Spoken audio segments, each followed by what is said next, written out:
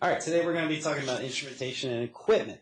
So we have now a full understanding of MR safety. Woohoo! We're going to keep ourselves safe. We're going to keep our technologists that we work with, the physicians that we happen to run into, even all the ancillary staff that comes into the department. You're going to screen them. You're going to prevent them going into Zone 3 and Zone 4. What level are you guys now? Ooh, you've leveled up. All right, so you know safety, like the back of your hand, hopefully. But now we're going to just get to know our equipment a little bit better. So we're going to go over instrumentation and equipment.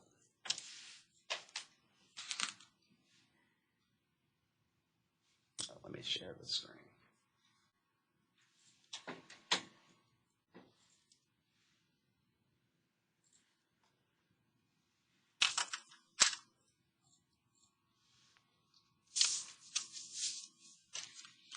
All right, so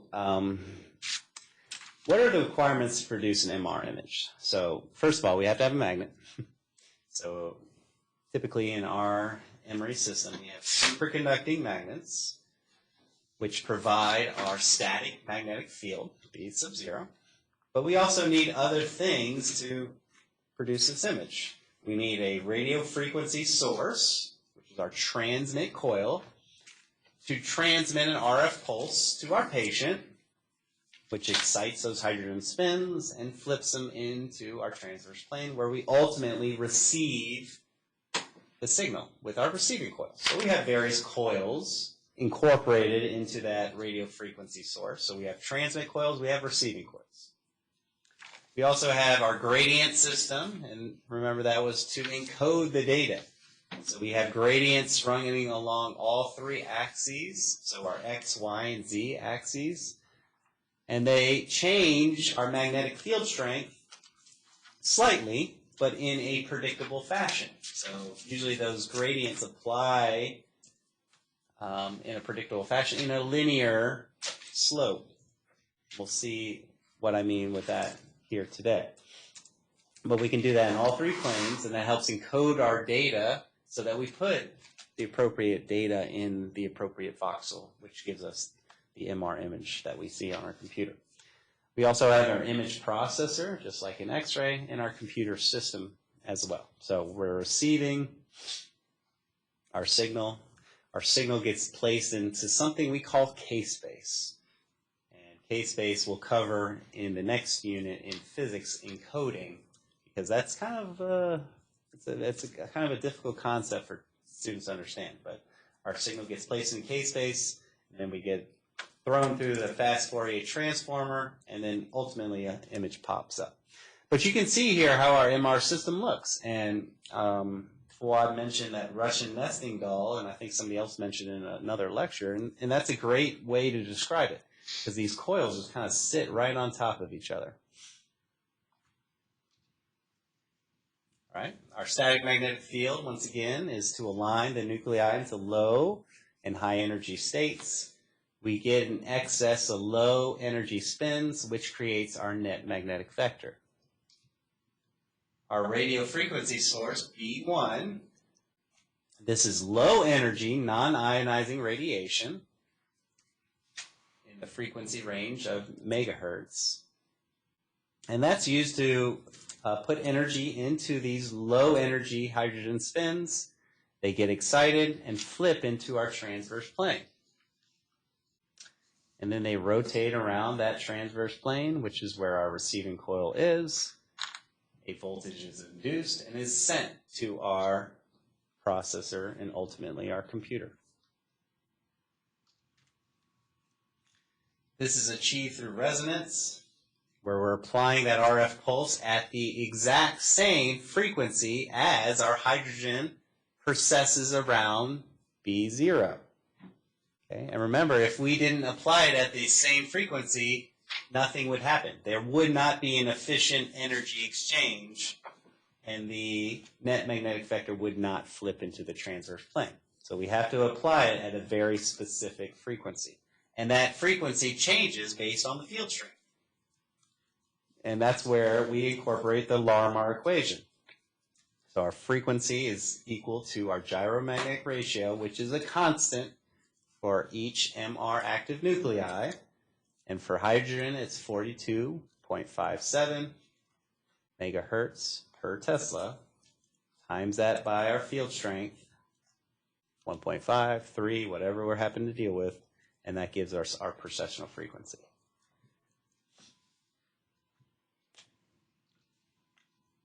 Our gradient system, and this is what it looks like. So we have our gradients in all three planes. So you can see here we have coils on opposite ends. For our z-axis, which is our longitudinal plane, head to foot. For our y-axis, which creates our coronal slices, A to P. And then for our sagittal slices, we have coils right and left of our patient. So that makes sense, right? And we're basically applying additional voltage and current into these coils to change the magnetic field strength slightly in all three planes. Okay? So this is what it looks like. So then when all three of the coils are placed on top of each other, it looks like this.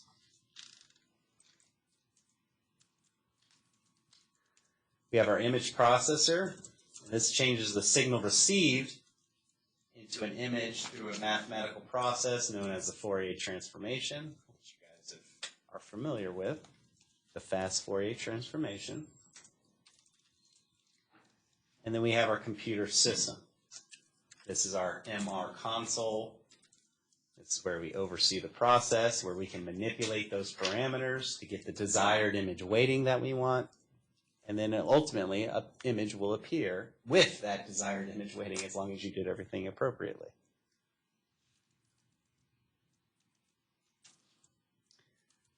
So those are the components.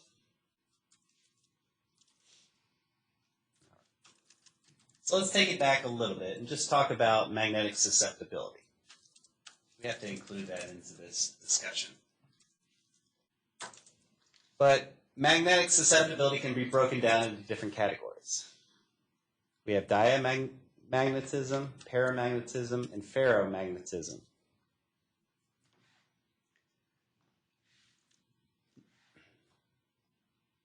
You can see the magnetic property here and in this column, broken down, diamagnetism, paramagnetism, and we have superparamagnetism, which kind of is in between ferromagnetism and paramagnetism.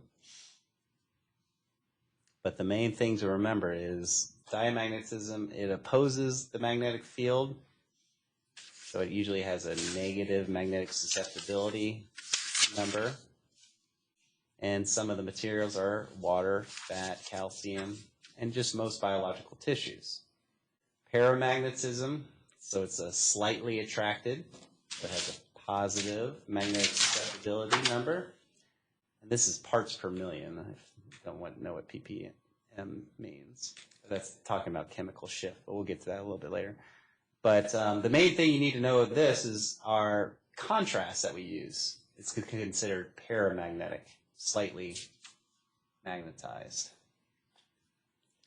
And then let's skip over superparamagnetism, and we got ferromagnetic. We're strongly attracted, and those are things like iron and steel. So let's kind of break them down in a little bit more detail.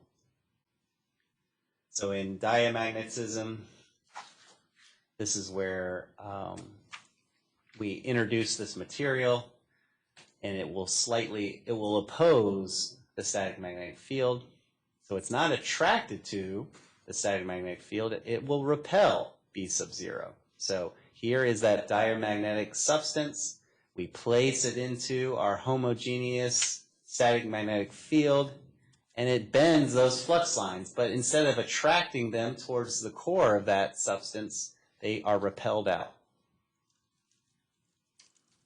So it has a negative magnetic susceptibility, and these are some of the examples here.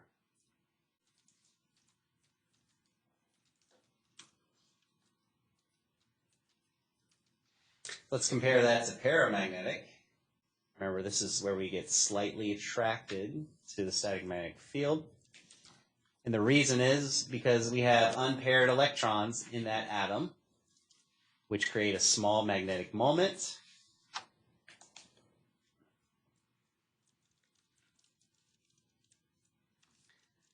these paramagnetic moments align with the field and are attracted in a positive way. So you can see here as these paramagnetic substances, let's think about our gadolinium contrast. We incorporate it into the static magnetic field and it's slightly attracted. And it converges these flux lines to the core of that substance.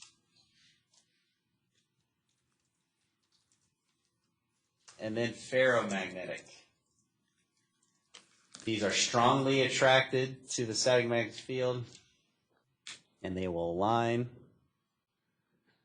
And what's different about this is it not only is strongly attracted, but they will retain the magnetism even after that static magnetic field has been separated away from this structure.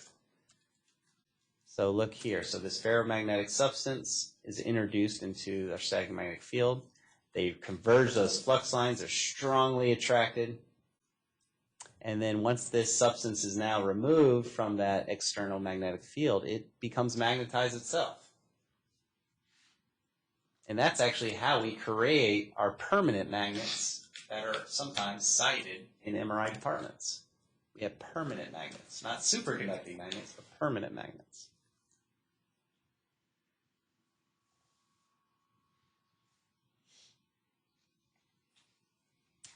As a safety reminder, all these ferromagnetic substances should not come anywhere close to zone 3 or zone 4.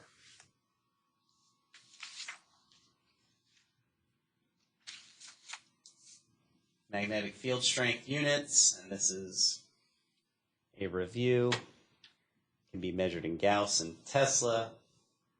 Our Gauss measurements are usually outside the bore of the magnet.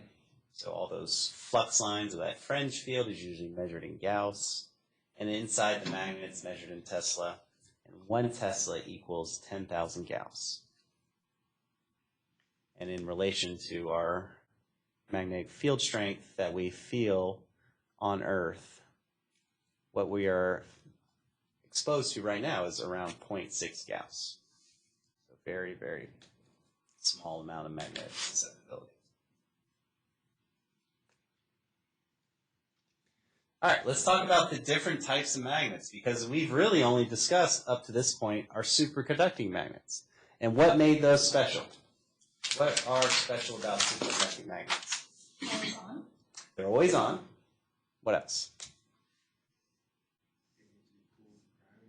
Need to be cooled with cryogens to reduce the resistance. So the coil, yes, needs to be completely immersed into what we call a cryostat so that there's no resistance on those coils. And when that happens, you can ramp up our field strength, right? We have a solenoid coil with a lot of windings. We input a lot of current into those coils, and we quench it off, and then we dump them in that cryostat. And that's what really ultimately gives us the 1.53 Tesla field strengths and higher. So you get very high field strengths. You got cryogens, and they're always on. But there are some downsides to that as well, and it's mostly safety issues and sighting these type of magnets. But we have permanent, and we just described how we kind of create it with our ferromagnetic materials. We have permanent magnets.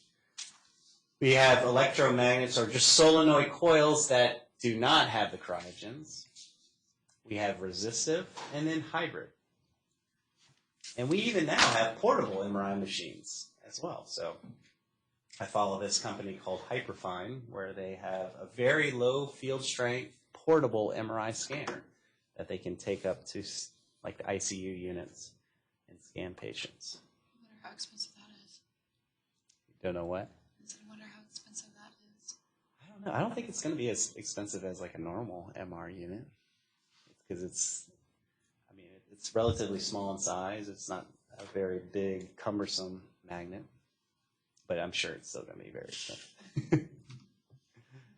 All right, so our permanent magnets. So remember that ferromagnetic materials become a permanent magnet post-exposure to that external magnetic field, as long as it was a ferromagnetic substance. So our examples are iron, cobalt, nickel. And usually with these permanent magnets, they're actually a combination of these substances. So it's called alnico. So we have an alloy where we have a combination of the above.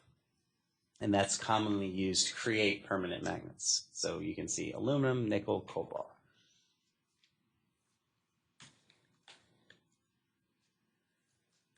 So with these magnets, you don't need a power supply or cryogen cooling. So the cost to site one of these magnets is very cheap.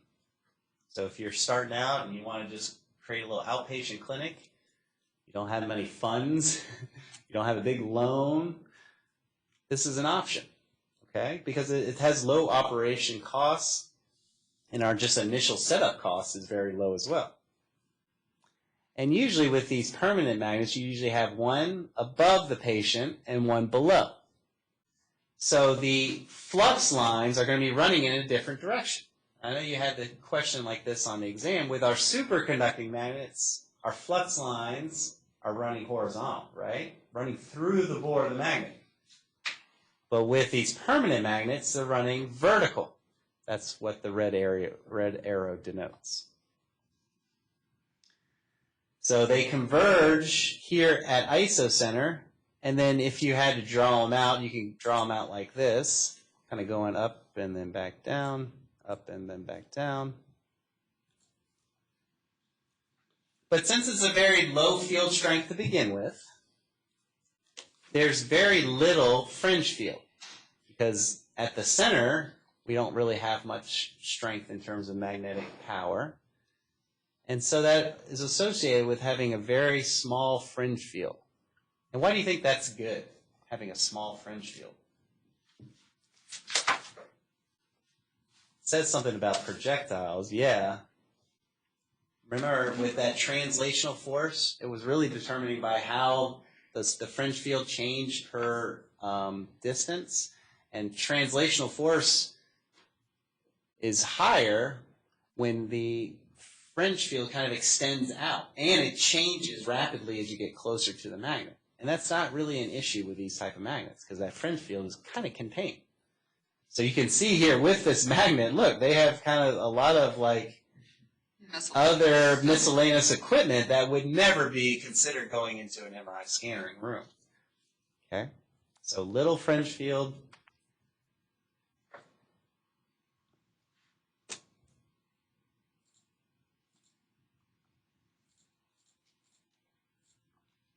Right. So these are great. Let's talk about our advantages and disadvantages. So in terms of advantages, this is considered an open system. I put it in quotations, open, because they're never really truly open. But you can see here there's no complete circle surrounding the patient. You have a permanent magnet up above and below. And most of the coils that you put on the patient are solenoid coils, meaning they wrap completely around the patient. That's kind of how they get some of the signal back. Is instead of having a solenoid coil that they put the patient in, the receiving coils are solenoid, and they are able to receive a lot of signal coming off of that patient. But it's open, so it's great for claustrophobic patients, obese patients, kinematic studies where you're moving a joint space while you're imaging, and interventional procedures. So remember, we're combining MRI with other modalities like IR, and if a interventional radiologist, if they had a choice of like working conditions, they would choose something like this where they have access to that patient at isocenter. So the downside to the one here at the hospital is they have to keep putting them back into the bore to get the image. They bring them out, they adjust the guide wire or whatever it is, they advance it to whatever spot, and then they have to put them back in to see where it's at. And then bring them back in, advance it, bring them back in. So there's constant moving and jarring the patient back and forth, and they're sedated. But with this, they can just basically put their hands right kind of in the middle of the scan. So it's beneficial for interventional procedures. Drawbacks, very low field strength, 0.06 to 0.5 Tesla. But I've seen some of these magnets in clinical practice, and I'm kind of amazed sometimes by the images that are produced by like a 0.6 or 0.5 Tesla magnet. It's pretty amazing some of the image quality that you get. So very low signal to noise ratio because we're not getting as much signal. They're very heavy because alnico, aluminum, nickel, cobalt, all those things are very, very heavy. And you can't turn it off. So if if fire does happen in the department and the firefighters race in there, it still is a permanent magnet, and all those devices could get attracted to it. Okay, but then remember that fringe field is not as big, so it's not going to be as big as a translational force, but still a safety hazard for sure. Then we have another type of magnet called resistive. Okay. So we get the term resistive because we're using our solenoid coils and we're pumping electrons through our coils, and that's where we're talking about the right-hand thumb rule. So remember, we have a current flowing in the direction of the thumb. You'll create a magnetic field that is perpendicular to that, which is denoted by the fingers. And depending on how you set up the machine in your department, the flux lines could run vertical or horizontal. Most of the time it's going to be horizontal, just like our superconducting magnets. And the magnetic field strength depends on the number of windings and how close they are, but also how much current is passing through those coils. So really no different from our superconducting magnets. But what do you think the only difference is?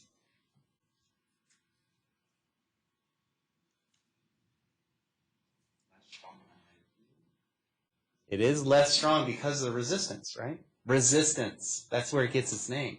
So we don't have the cryogens. No liquid cryogens to prevent zero resistance on that wire, on that solenoid coil.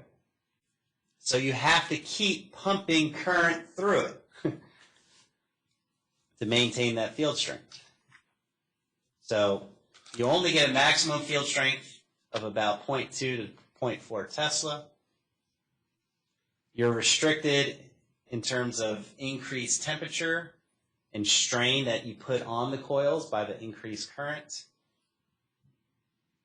because our high temperatures will ultimately destroy that electromagnet and that solenoid coil. You do have an advantage of turning it off at night, though, because if it's not in use, you don't need to pump current through it at that particular time. So the only time you need to actually supply current through that wire is when you're actually using it. So you can turn it off, and then you don't ever have any of the safety concerns at night. You don't have to worry about a janitor walking through there or miscellaneous person walking in the department and possibly causing a safety event.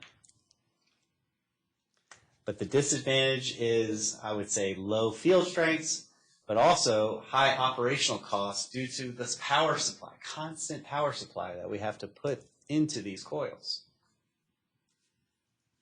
And very narrow bores, because our field strength actually goes up. If we are able to reduce the size of the diameter of that solenoid coil, we get a stronger magnetic field.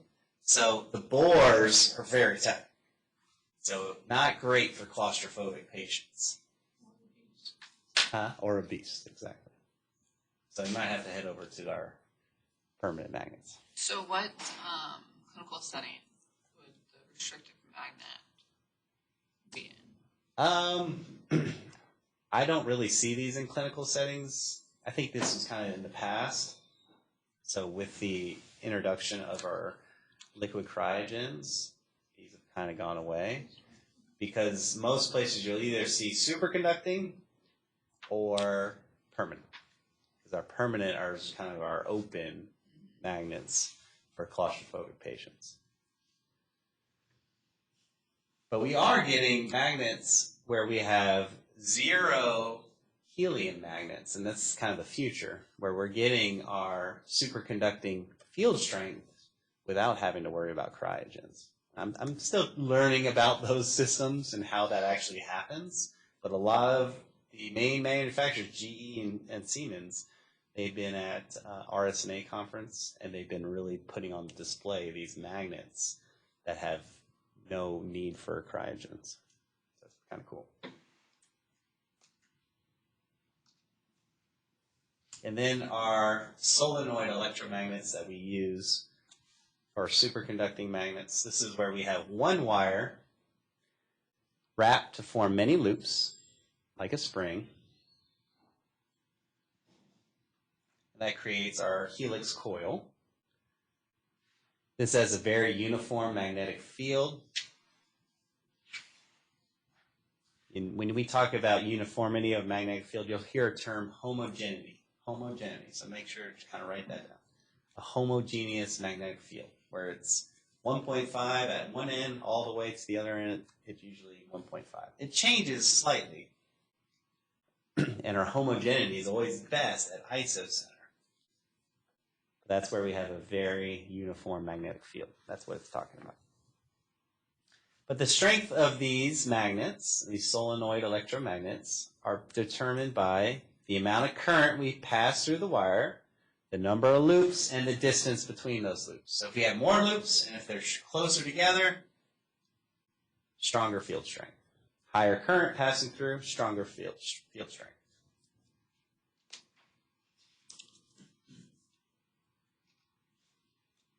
All right, so what's special about our superconducting? So we have that high current passing through, and we have coils composed of different materials to withstand heat to achieve those high magnetic field strengths, and the coils are made up of niobium titanium. Okay, that's an alloy, and that's a material designed to reduce resistance, and it's a great conductor. But ultimately, these coils are immersed in liquid helium and nitrogen, which are our cryogens that are cooled to 4 degrees Kelvin. And those sit in what we call a cryostat. Cryostat.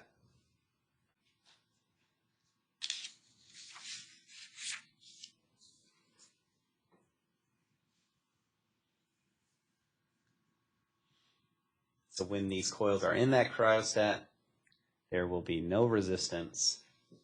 And then you don't have to power or supply any power to these magnets after they're ramped up.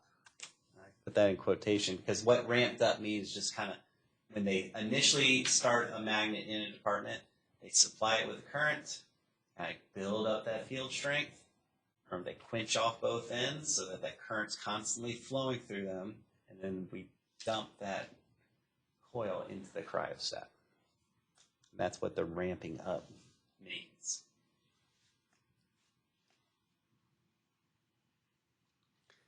So this gives us our very high static magnetic field of 1.5, 3 Tesla, 7 Tesla, 15 Tesla, all these field strength that we're getting up to. So that's better for your signal to noise ratio because we're starting off with more signal. And ultimately, that'll give you hopefully better resolution and faster scan times. There is a low power requirement and low operating cost. There are some issues. Sometimes something happens. You usually have a contract with GE or Siemens where they'll have some kind of support come out and help you out. But rarely, after they've been initially set up, do you have to kind of bring in the engineers. Usually like our MR physicists can figure out what's going on. But the big cost is the initial cost. Just buying that magnet, setting it up,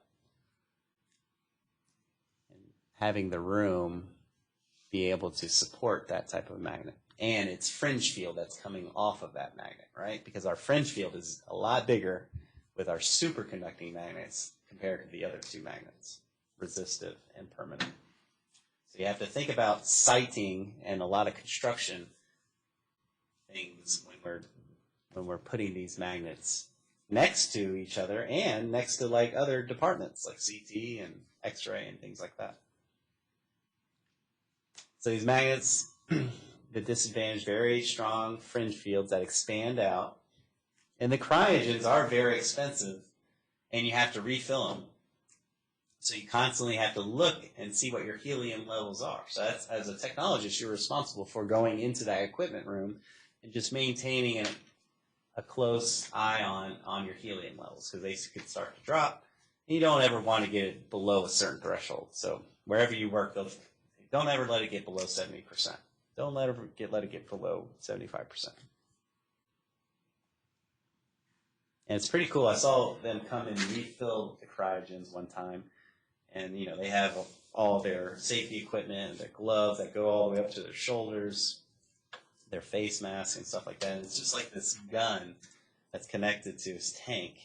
And they kind of just insert the nozzle of the gun into the cryostat and just kind of blast it with liquid helium until it's filled back up.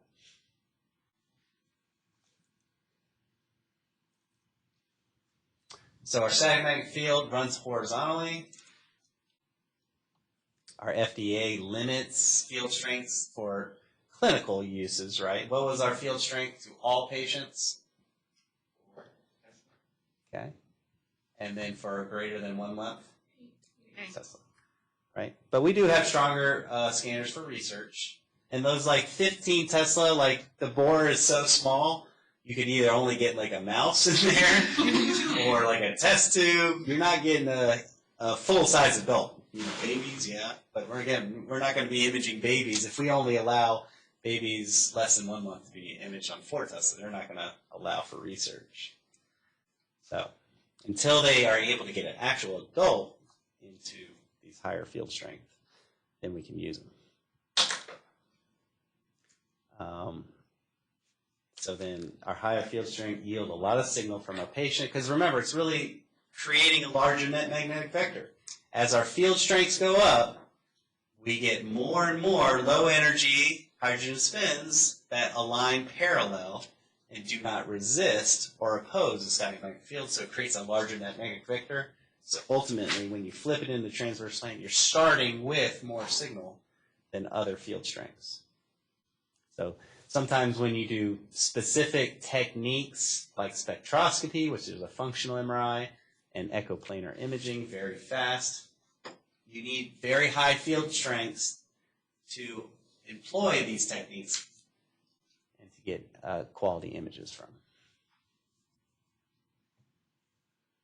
And then you have some combinations. So we have like hybrid techniques, but we get in an effort to get best of both worlds, vendors have come up where they're combining superconducting with permanent magnets to create high field open magnets. So this is kind of an example of that, where you have the permanent magnets above and below, but then once again you have those solenoid coils. So we're bumping up our field strength to around 1 Tesla. So you're getting better image quality, and it's accommodating more for patients in pain, claustrophobic, or if they're larger in size. And then you have sometimes niche magnets where you just have a small scanner, just kind of like at Hawks, how we have those uprights or extremity CT. Kind of think of the same thing for MRI, where you're just going to be imaging one particular body part with a small MR scanner. But you can see we can't get the whole body in, but we can get their knee in. So we get higher field strengths, but we can only really do just one study. So if you're maybe at an orthopedic practice where all they do is knee imaging, they might consider investing in something like this. But I don't think I've seen anything like this in actual practice. All right, so let's talk about those fringe fields. Remember, fringe fields are either measured in Gauss or millitesla. And so you can see here on this diagram, it's actually measured in millitesla. But our fringe field, if you have a stronger static magnetic field, you're going to get a larger fringe field that kind of expands out further away from our scanner. So you can see here at a 1.5 Tesla, the 5 Gauss line is expanding to this vicinity. 1 Tesla, it's a little bit further out. 1.5, further out. 3 Tesla, we're starting to maybe overlap into zone 3.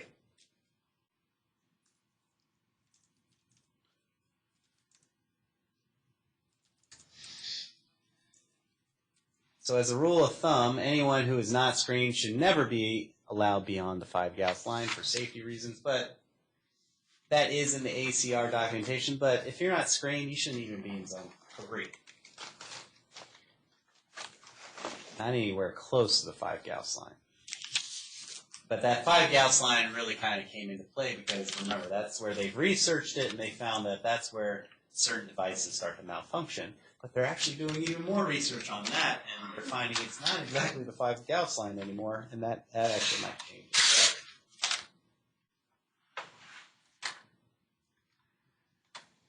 So how do we create a department where we might need 3 MR scanners side by side by side?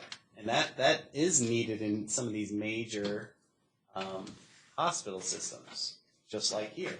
In our main department here, we have 2 MR systems that are kind of parallel to each other, but then we have another MR IR suite that is adjacent to one of the rooms. So how do we make it so the fringe fields are not overlapping and causing any issues?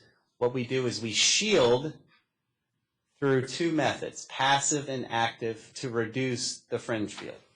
So this is called magnetic shielding.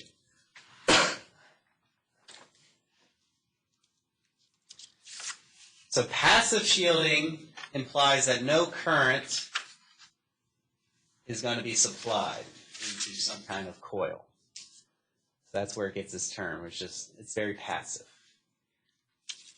So when we're talking about passive shielding, we're going to be surrounding the magnet or even lining the magnet room, zone 4, with steel plates.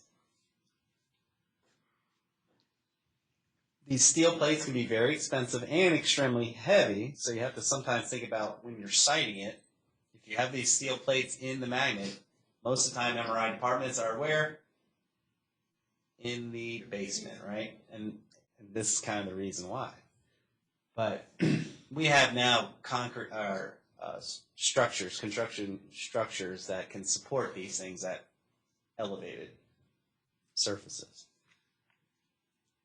Passive shielding increases the size and weight of the magnet, so most of the time these must be on the ground floor. But a more efficient way to shield and reduce the fringe field is called active shielding. And this active shielding is where we're just adding more coils into that nesting doll of our bore, where they counteract that flux, those flux lines that are expanding out. So you put a current through these coils, but it's going in the opposite direction to reduce that fringe field and contain it into a smaller area. So you can see here how these shielding coils are on the outside of our solenoid coils to reduce that. And well, all it's doing is just applying a magnetic field in the opposite direction.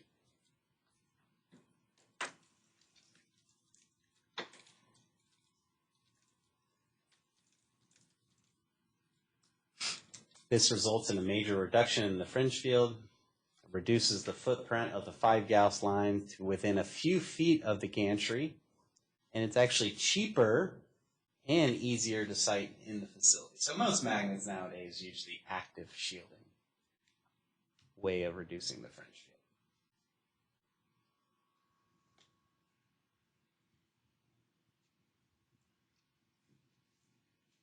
All right. Shimming.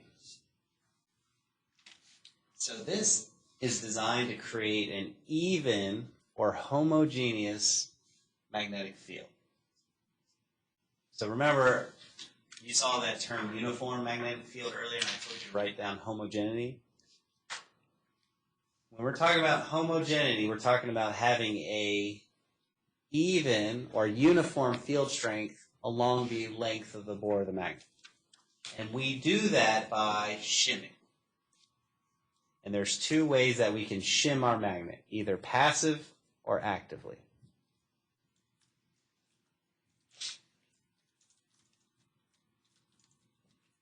And this is something, make sure to start this. So magnetic field inhomogeneity, so when the field strength is not as homogeneous, is expressed in parts per million. So make sure you guys know that unit. So homogeneity, the unit, is expressed in parts per million, ppm.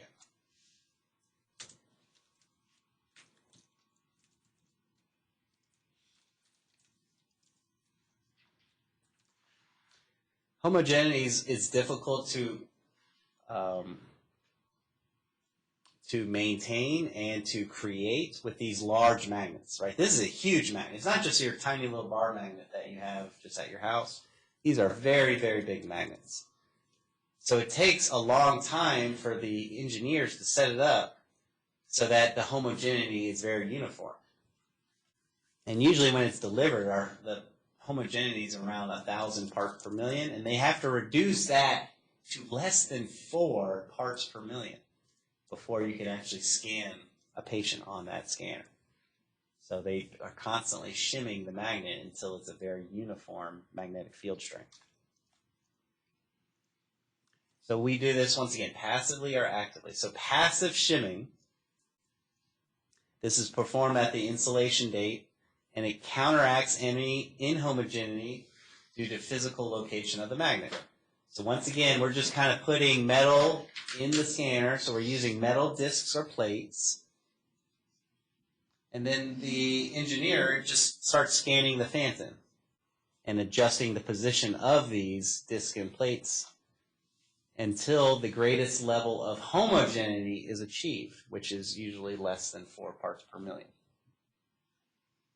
So these shim coils are really just discs and plates at this point. So you can see those shim discs and plates.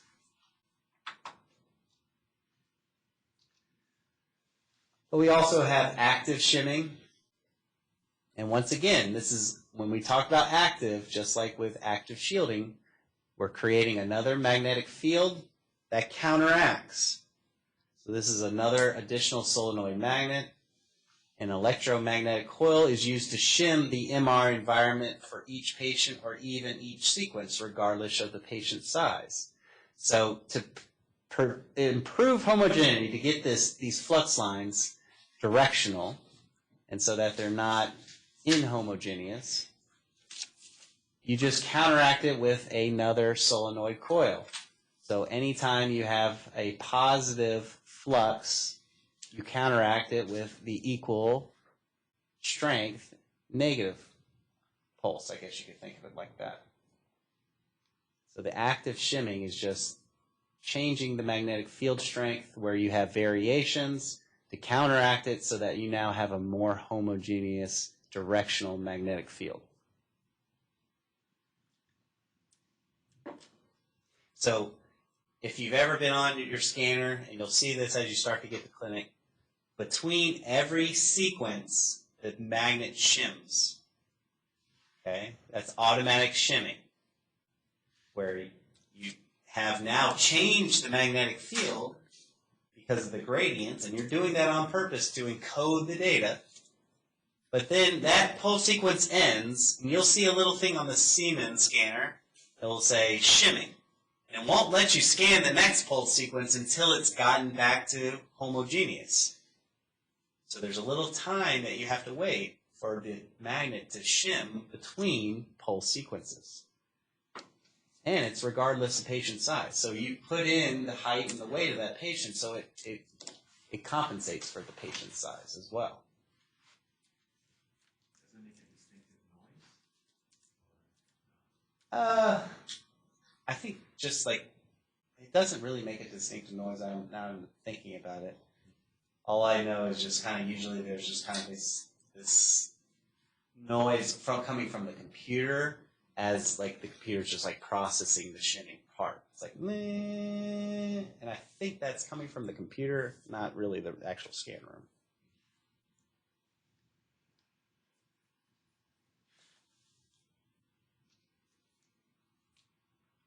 All right. So now let's talk about siting the department and the construction behind the department.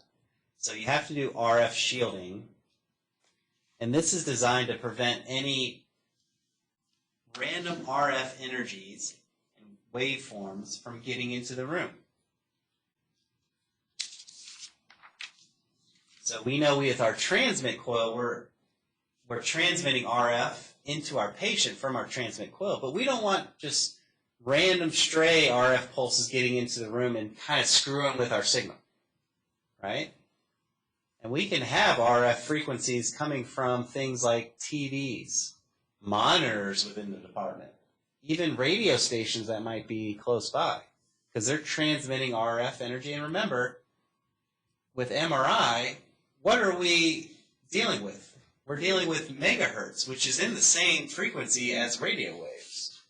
So if they get into your room, they're definitely going to screw up your signal and cause an artifact on your image, because they're moving or oscillating at the same frequency as our transmit RF pulse. So the scan room must be shielded to prevent external RF from interfering with MR signal. So the scan room is literally encased in copper. So this is what it looks like underneath the walls. Under that drywall and those ceiling tiles, it's copper. And this is referred to as the Faraday cage. And that's to prevent external RF from entering the scan room.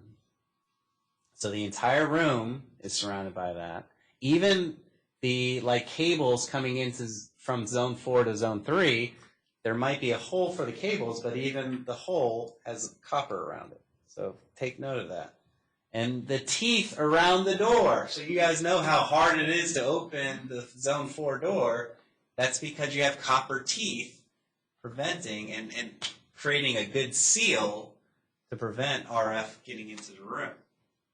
So you'll see some of those copper teeth start to break off, and you might have to replace those copper teeth here and there.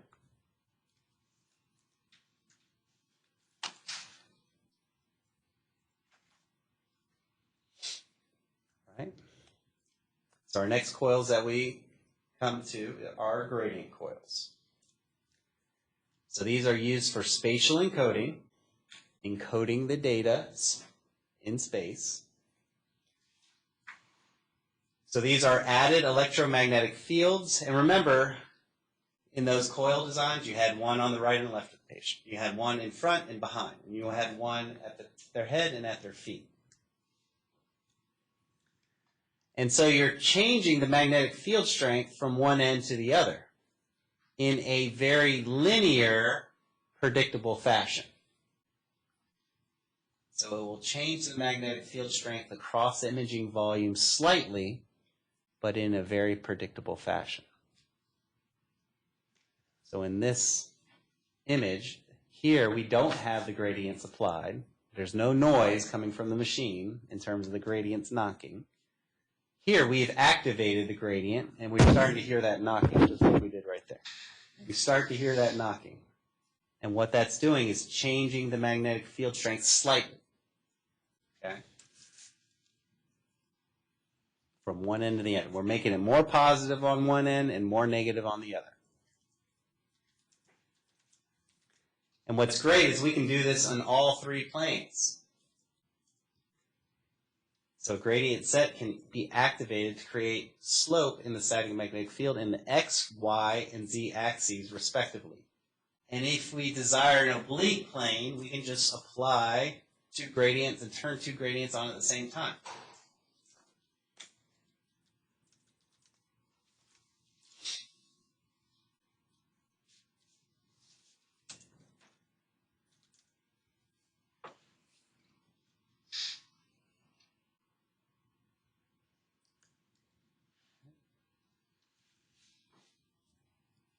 So we're going to stop there before we get into some of the gradient activation terms. But any questions?